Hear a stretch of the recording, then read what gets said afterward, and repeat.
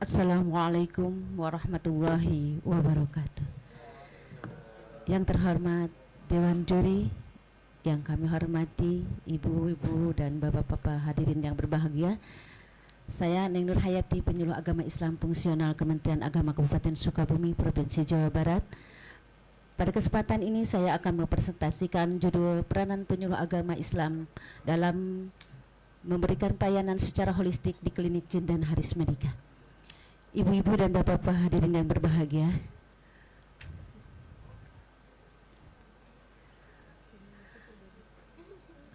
sudah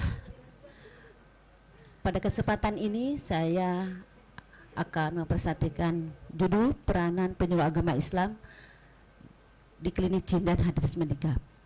Seperti kita sudah ketahui bersama bahwa kesehatan masyarakat itu merupakan fondasi untuk pembangunan nasional. Masyarakat terdiri dari keluarga. Keluarga terdiri dari kepala keluarga dan anggota keluarga yang mendambakan keluarga yang bahagia, sejahtera, dan sehat.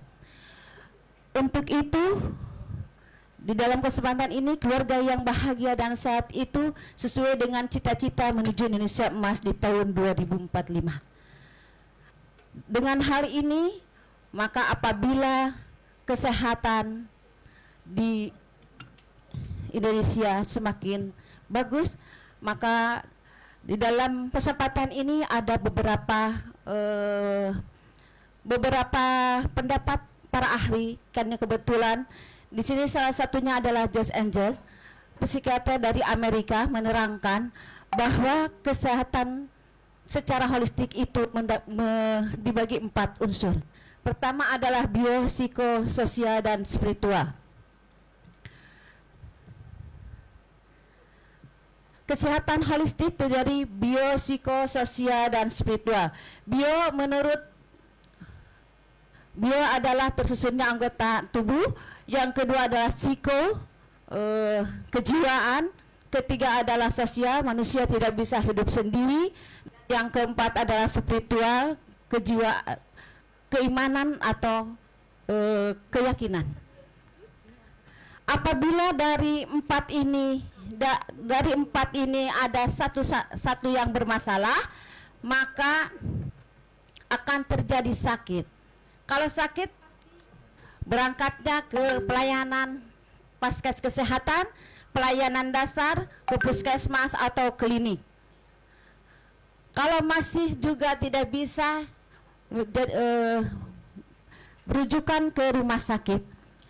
Kondisi pelayanan di paskes hanya untuk bio saja, sedangkan psikososial dan spiritualnya itu tidak terlaksana atau terabaikan.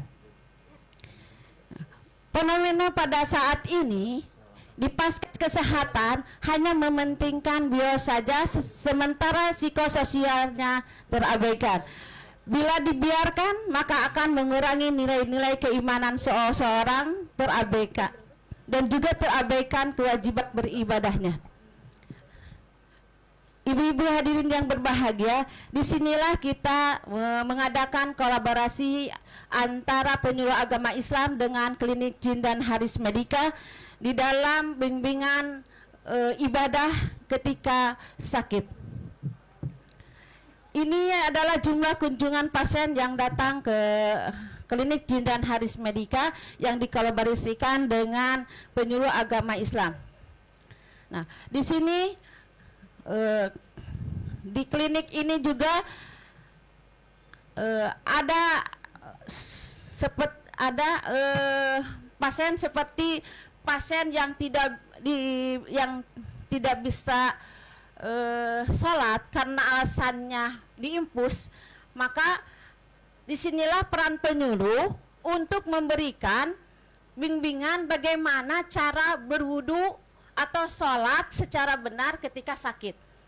Kalau lagi diimpus, bagaimana cara sholatnya? Bisa duduk, bisa telentang, dan bisa dengan berkedip. Jadi itulah bimbingan-bimbingan selama sakit. Kalau misalkan adanya sakitnya itu diperban, bagaimana cara wudunya? Maka disitulah dibimbinglah pasien itu cara berwudunya. Dan ada juga pasien yang minder karena penyakitnya seperti kanker, waktu diperiksa itu dia kanker atau penyakit TBC. Dia merasa minder, maka penyuluhlah di situ memberikan bimbingan supaya dia tidak minder. Jadi merasa lapang dada.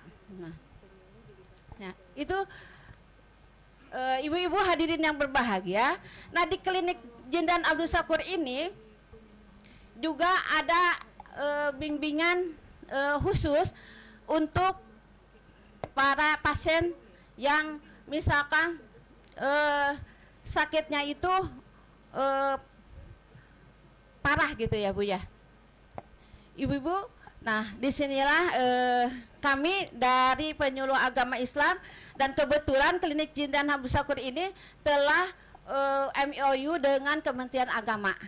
Jadi saya di klinik Jindan Abdul Syakur ini sebelumnya saya di Rumah Sakit Sekarwangi, di Rumah Sakit Umum kurang lebih 3 tahun sebagai rois di rumah sakit. Nah, sekarang saya di klinik Jindan Haris Medika. Nah, ibu-ibu, nah disinilah bagaimana kita untuk melayani pasien yang harus diperhatikan di segi ibadahnya, supaya kewajibannya sebagai pasien tidak juga meninggalkan ibadahnya. Nah,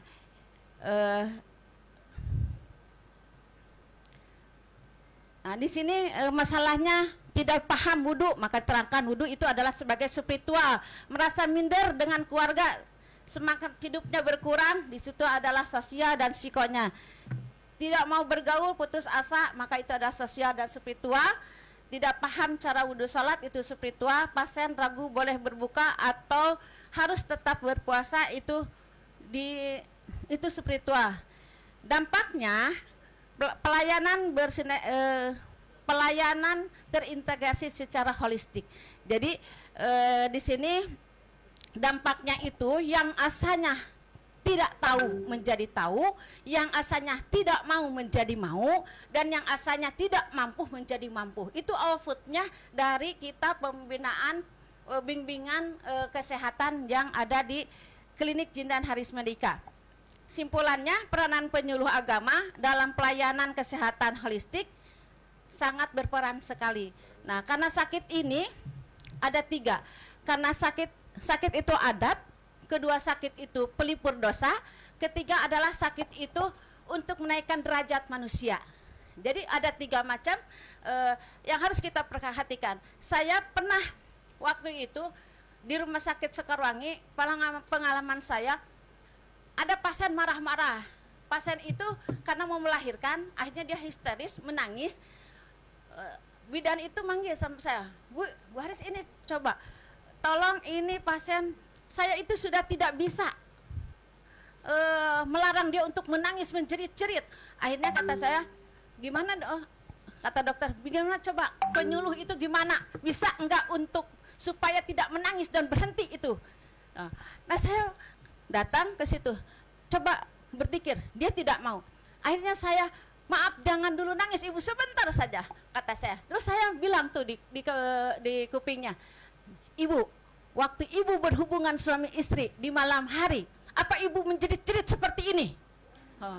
Kata dia, enggak.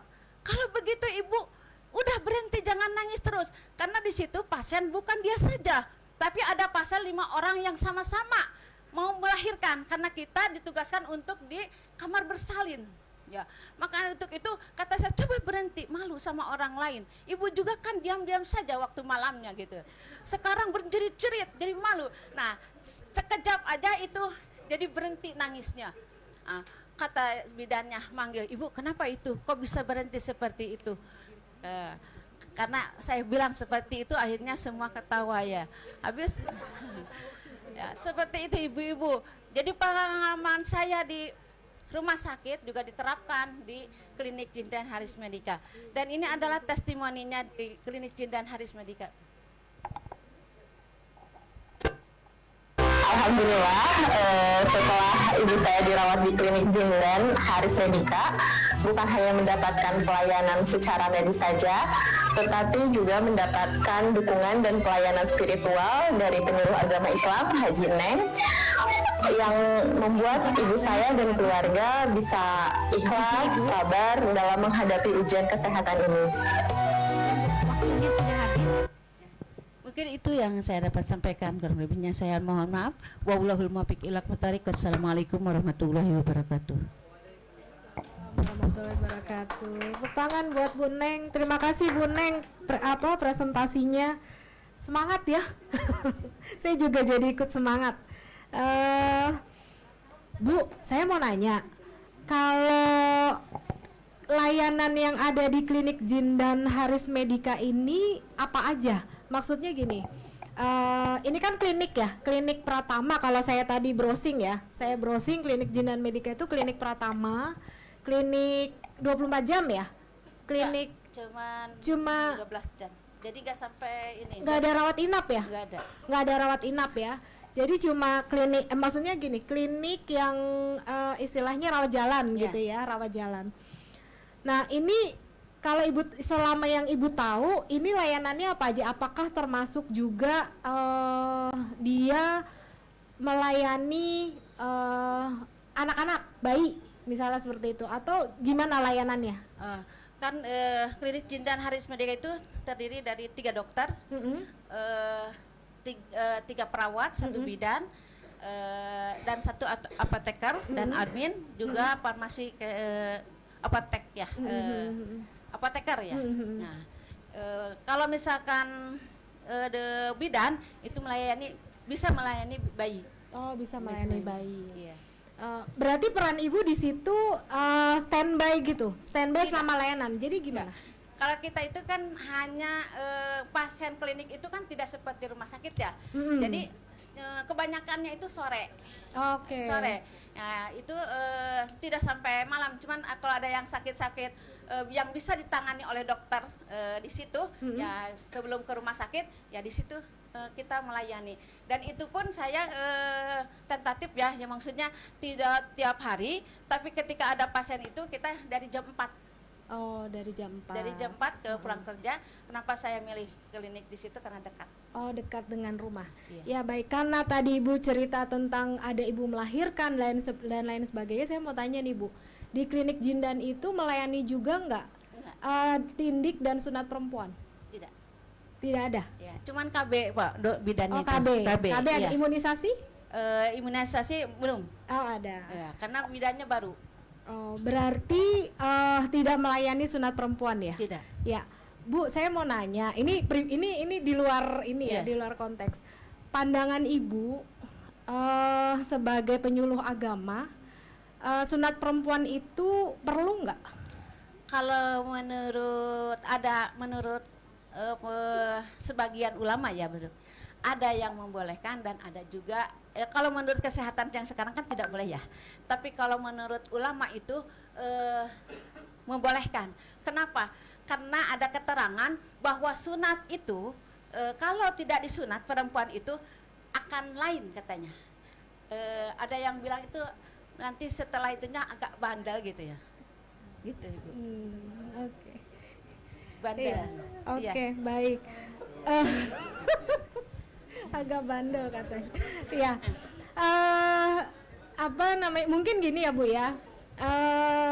Untuk ini karena Ibu pas banget nih, makanya saya tanya itu ya, karena memang Ibu pertama penyuluh yang ada di fasilitas pelayanan kesehatan.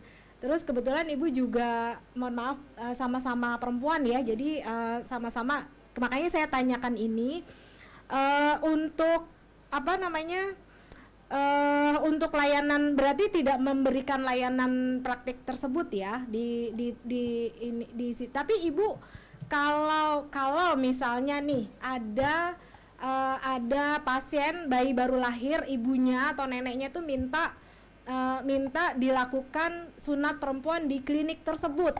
Terus nah Ibu sebagai penyuluh yang Ibu lakukan seperti apa?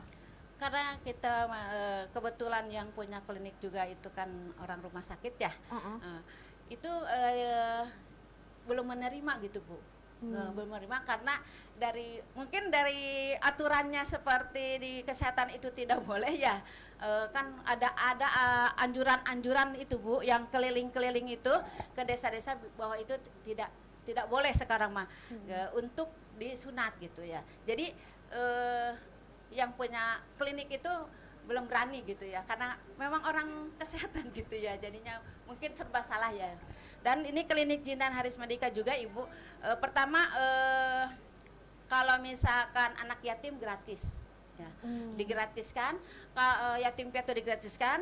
Dan kedua, karena saya adalah di KUA, kalau yang mau masuk Islam, mu'alaf yang tidak mampu itu digratiskan juga. Karena saya bilang sama yang punya klinik, gimana Pak kalau anak yatim? Oh itu udah anak yatim sudah jelas, di sini sudah aturannya gratis gitu ya. Gimana kalau mu'alaf? Kan di KUA itu suka banyak mu'alaf yang tidak mampu. Gimana? Oh silakan aja, di sini juga gratis. Ya. Jadi pas terus saya kan suka berkeliling juga Bu ke desa-desa.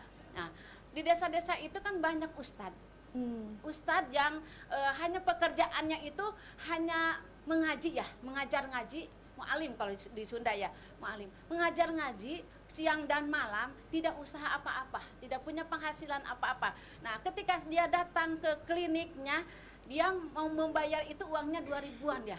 Nah saya itu kan merasa gimana ya, nangis juga ya. Akhirnya saya bilang ke yang punya kliniknya, ke manajemennya, gimana kalau ustadz itu digratiskan aja, karena dia suaranya dikeluarkan siang malam ya, kita gratiskan aja. Kata manajemennya nanti berembukan. Kebetulan dokter yang penanggung jawabnya waktu saya berangkat ke sini, beliau meninggal. Dialah yang menyetujui itu. Nah, melayani BPJS nggak Bu? Melayani BPJS nggak? Belum, karena belum akreditasi, sekarang mau akreditasi. Oh berarti belum melayani BPJS. Nah ini adalah contohnya kartu yang, nah ini sama seperti pasien yang lain sama gitu. Cuman bedanya ini yang gratis itu belakangnya biru. Oh oke. Jadi satu mu'alaf gratis, yatim piatu juga gratis, ustadz juga gratis. Jadi Bu satu lagi pertanyaan ya, kalau ada pasien bayi gitu ya mau diimunisasi, terus ada yang ngelarang nih dari neneknya ngelarang nggak usah diimunisasi, imunisasi itu haram. Ibu gimana ininya? Karena mungkin menurut mereka bahwa imunisasi itu bahannya dari ada yang tidak halal gitu. Ya, Ibu gimana ininya? Edukasinya ke ketika ada yang seperti itu ya, saya bilang dengan berbagai macam cara, itu Ibu itu katanya haram, mengakibatkan jadi panas kan. Nah, panas, akhirnya kejang katanya, udah kejang katanya, bawa ke rumah sakit, jadi nggak bisa apa-apa, nggak bisa jalan lah, inilah ya, memang begitu kalau di kampung Ibu. Nah itu saya jelaskan bahwa obat itu tidak mengandung yang haram gitu ya, bohong katanya gitu ya kan, akhirnya berdebat. Tapi lama kelamaan kalau kitanya mau berkomunikasi, akhirnya dia luluh juga, dikasih pengertian bahwa itu tidak akan mengakibatkan sakit dan tidak akan mengakibatkan lumpuh. Kan orang Sunda itu gitu Bu, ketika diimunisasi dia lumpuh kan gitu. Jadi seperti itu. Makanya kita kalau kedatang ya kita kasih tahu. Karena saya juga klinik itu punya binaan posyandu juga Ibu. Nah, kitalah yang datang ke sana bersama dokter atau perawat untuk memberikan sebulan sekali itu makanan yang bergizi. Iya. Terima kasih, tepuk tangan dong. Ini penyuluh yang militan nih. Luar biasa. Makasih banyak Ibu. Assalamualaikum warahmatullahi wabarakatuh. Baik Bapak Ibu, kita break terlebih dahulu. Nanti kumpul lagi di 19.30.